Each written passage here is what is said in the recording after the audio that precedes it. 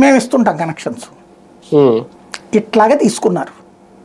లేకపోతే 1,50,00,000 కుటుంబాలు ఉన్నటువంటి ఆంధ్రప్రదేశ్లో సరే ఆ డిష్లు బుష్లు తీసేస్తే 1,20,00,000 అయితే ఉంటాయిగా కనెక్షన్స్. వీళ్ళకి ఎన్నండి ఉంది 7 లక్షలు. అంటే ఎంత సక్సెస్ అయినట్టు ఇది. రెండవది వీళ్ళు వాళ్ళని బెదిరించడం ఏం చేశారు ఎంఎస్ అన్నప్పుడు, మీరు ఇస్తారా అంటే వాళ్ళు మొదట్లో వ్యతిరేకించారు. మేం కష్టపడి కేబుల్ వేసుకోవడం ఏంది మీకు ఈయడం ఏంటని అలా బెదిరించి తీసుకున్నారు.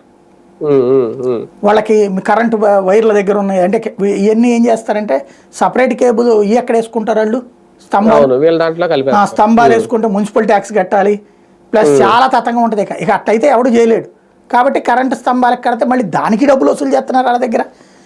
కేబుల్ వేసినందుకు డబ్బులు వసూలు చేస్తున్నారు, ఎలక్ట్రిసిటీ డిపార్ట్మెంట్ వాళ్ళు వసూలు చేస్తున్నారు, అన్ని వసూలు చేస్తున్నారు వాళ్ళ దగ్గర.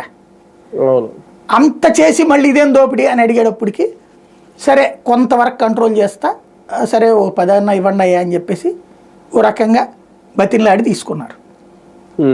అంతవరకు బాగానే ఉంది. అంతవరకు ఆ 7 లక్షల కేబుల్ కనెక్షన్స్కి ప్రతి నెల సక్రమంగా కేబుల్ ప్రసారాలు ఇచ్చి ప్రతి నెల సక్రమంగా ఆ ఇంటర్నెట్ ఇస్తే ఆ 7 లక్షలతో లాభాలే నడుస్తాయి. కానీ దీన్ని అడ్డు పెట్టుకుని డబ్బులు సంపాదించాలని మించుకున్నారు ప్రభుత్వం. అప్పుడు ఏం చేశారు, స్వార్థం మిగిలింది.